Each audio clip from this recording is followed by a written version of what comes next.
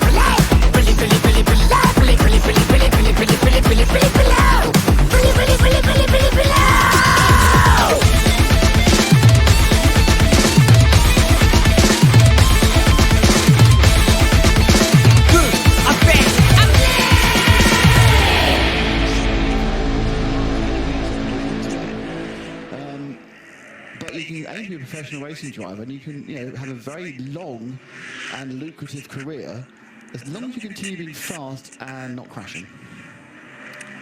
Apart from that, straightforward. Yeah, it's really easy. Fast, don't crash, or don't say anything silly in interviews either. That's, oh well, that can be the most difficult. That's my one. That's my issue. Yes.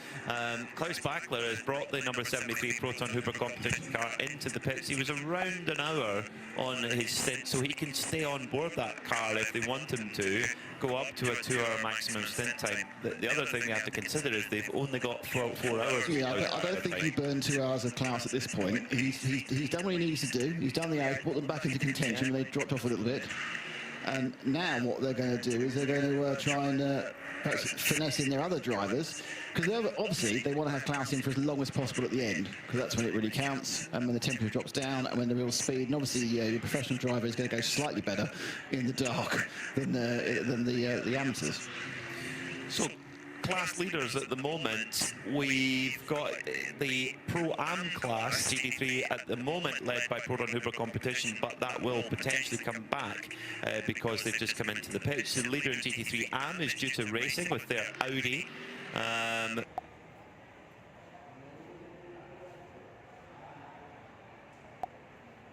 Tyre, it's not throwing itself off, and it's in front. It's an impact, a potential impact in front of that rear tyre. I think they may be coming together. Possibly, because there is quite a quick left-hander there that narrows, and it's the rear left of the car that's where the damage has been. So has it been a GT3 car trying to get through and they've made contact together? We won't know until Luke Breukers makes it back to the pits, and he may well stay on board as well. Yeah, with that wheel, with that tyre slightly slower than the car behind him, and that is one Kobe Breukers in the Red Ant Mercedes, who's lapping consistently about a second quicker than the leading Yuta Racing Audi. But that's what we've come to expect, isn't it, with that variation in the field? Yeah, interesting one. On the last lap, though, it was a second in the favour of the Yuta car, and actually that lap just gone by. Now, yeah, 0.6 of a second on that lap, so the gap's actually increasing again, so it's kind of flowing back and forward with traffic. Very interesting there, and Kobe De Bruyker is much further into his stint. He's an hour and 35 minutes into his stint. I'm thinking right now you're probably going to be getting a little bit tired, but also the main thing is the tyres are tired. 57 laps on the tyres for Red Ant Racing, only 29 on the Yuta Audi at the front, but nonetheless they're running on. Then of course don't forget Haas RT, they're only 30 seconds or so back from second place. The Audis I think have proven to be very, very strong, particularly in the AM specification with a slightly wider restrictor, allowing more air into the engine that just gives that really good straight line performance there. So we'll watch it with very, very close interest over the coming laps right now, because for Kobe De Bruyker, regardless whether he has the fuel or not, he has to pit within the next 33 minutes. Otherwise, he will blow over his drive time. So he will have to be in the pit lane within that time.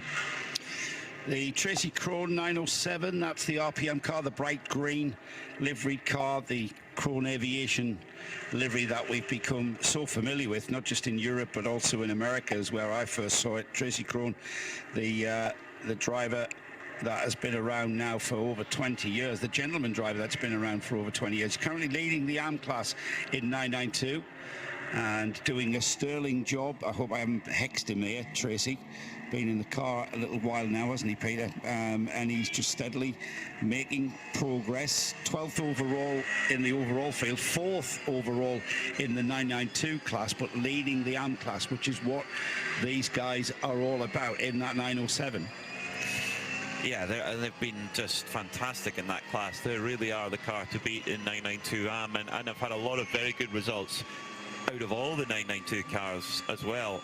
Such a well-drilled unit, and Tracy Crone at the moment in lapping quite quicker, a bit quicker than his nearest rival is the Ajith Kumar Racing car, and he's very much against his opposite number there. Tracy Crone is the AM in the car, likewise Ajith Kumar is the AM in that car, and Tracy Crone at the moment running 3 seconds a lap faster, so he's doing exactly the job he needs to do in that car. So 9 hours and 14 minutes left to go, and the Yuta Audi is into fuel. So that then means that Kobe De Bruyker for Red Ant Racing moves up into the lead, with Haas RT moving into second. So Yuta Racing very much off strategy to everybody else. So they brought that red and white Audi in, and a good stint there from Arūnas Kauskas. Some very, very good lap times. Yeah, that was a good stint actually. Arūnas just did the job he had to do.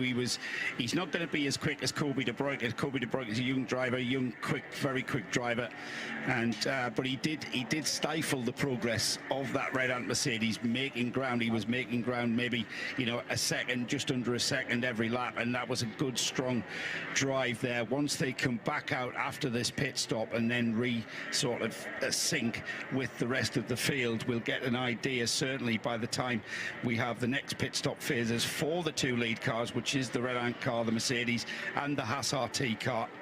And they are a little bit, how long have they been in that car then? Stint time, 1 hour 39. Peter Gwilneck's in the Haas RT, he's only been in the car 45 minutes. So whether they take him out of the car in about 15 minutes, we'll see, or whether they keep him in another stint to keep him in after refueling, that is. He's not going to be able to do another 45 minutes, that's for sure.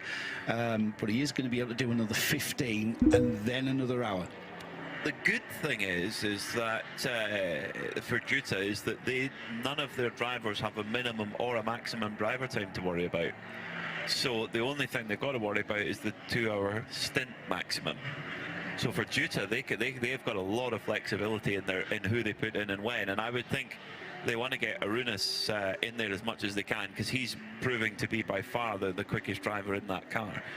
So no, there are other considerations to play in it as well, Yeah, of course.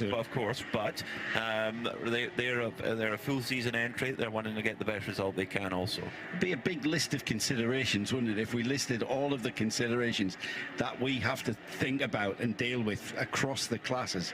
That would be a toilet roll amount of lists.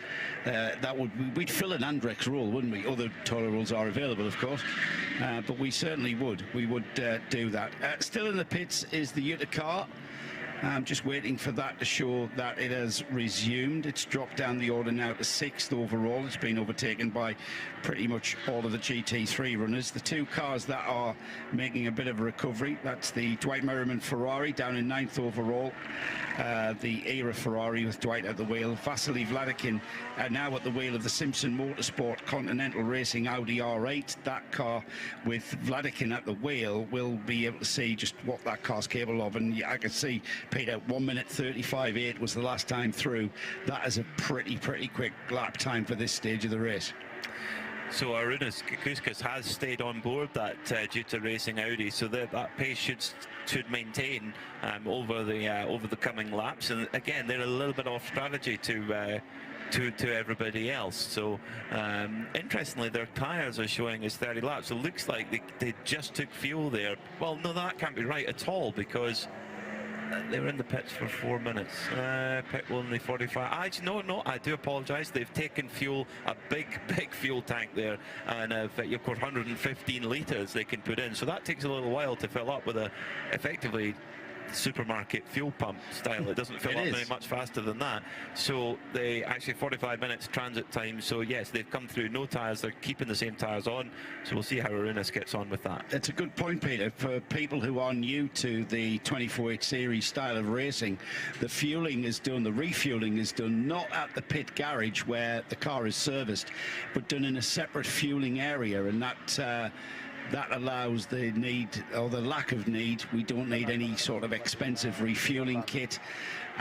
It's not any kind of quick fill churns, it's not any kind of quick fill refueling systems that are needed. It's basically in the refueling area is your standard service station fuel pumps, the type of which you will refuel your road car at, and it's a hand pump as well, exactly the same, the trigger pump that we're used to using on our road cars, and it pumps at pretty much a similar sort of rate. So refueling isn't done under pressure. Under pressure in two ways more than one, actually. No pressure on the refueler. All he can do is open the trigger and wait for the gauge to tell him he's refueled. But it does add a completely different complexity to how you go about getting your car in and serviced and back out. And this is another thing where the pump is so clever, is that the technical team, the Creventic technical team, can adjust car by car, not team by team, it's car by car. They can adjust how fast the pump fills up at, because they're having to balance performance between the V10 mid-engine Audi, the front-engine turbocharged Aston Martin, the rear-engine Porsche, and so on. And to do that, there's different ways they can do it. They can adjust the weight of the car, they can change the restrictor, the turbo boost. But one other way is how fast the fuel will actually go into the tank. So for example, Audis, they get 95% of the pump's fuel flow. A Mercedes gets 100%, for example, and that's all to do with the amount of fuel they're allowed to put in, and indeed what car it is. Dana Binks down in the pits. Let's get an update.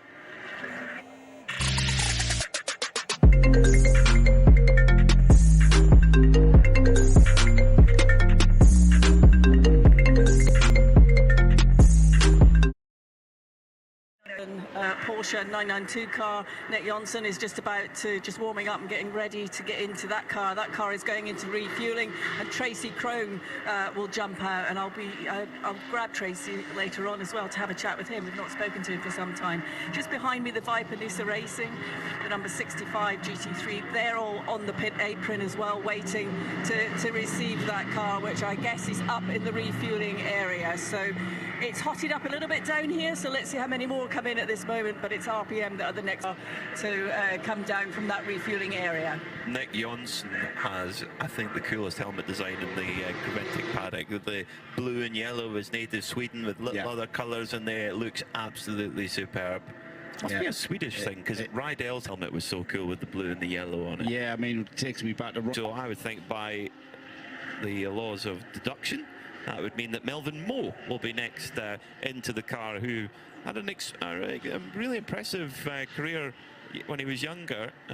Came through the Petronas Formula Experience program, which got him a drive in Formula BMW, and he's very much the coach in this car for Douglas Coe and for Dominic Ang. A great racing scene in Malaysia. It's an amazing country. I had the privilege of visiting there on a couple of occasions. I visited there about 10 years ago, and yeah, had a really good time in Kuala Lumpur. A great racing scene. You look at the number of drivers that compete Cup Asia and all the way around as well, and Sepang very much a part of the motorsport as well. Let's get more from Diana. Just at that moment, Crone Racing have come in, and or RPM Racing, I should say. Tracy's just jumping out.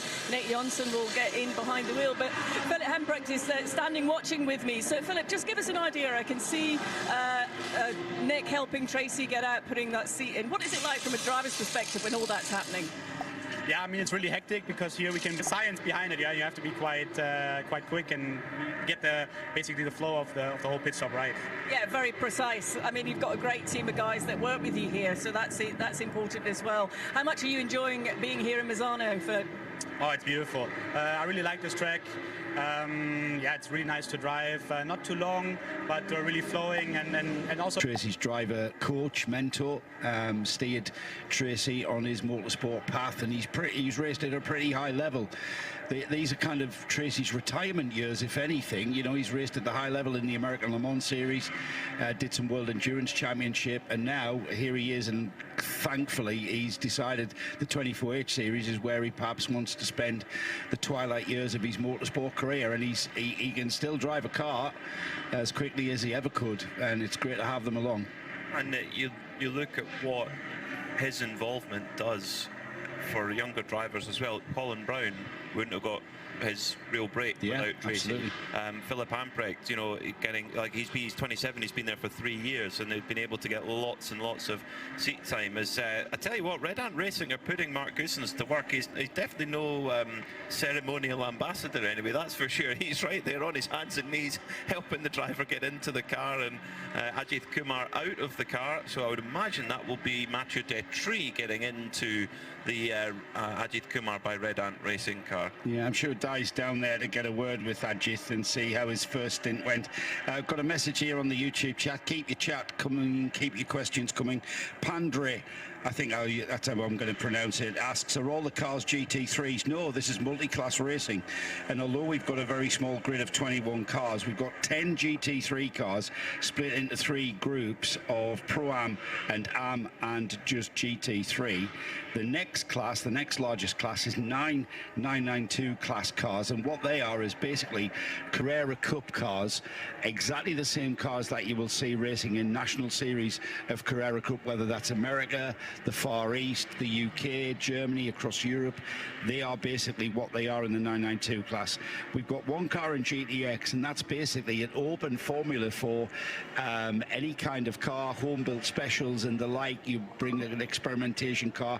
The Vortex is representing GTX this weekend, and that's, I'm going to say, a home-built car. It's built in a pretty high-level, sophisticated factory environment, but it's the only car we've got in GTX. GT4, Unfortunately, only one car has made the journey for GT4, but GT4 is the level of sports car racing underneath GT3. It's what we see in things like Michelin Pilot Challenge, British GT, other national GT series, and the one car in the GT4 class, the Venture Racing Mercedes, that's still got Neville Jones doing his thing in that car, and they are going about their race, albeit only one car in the GT4 class. They're still going about this race as they would if they were under pressure from other GT4 runners.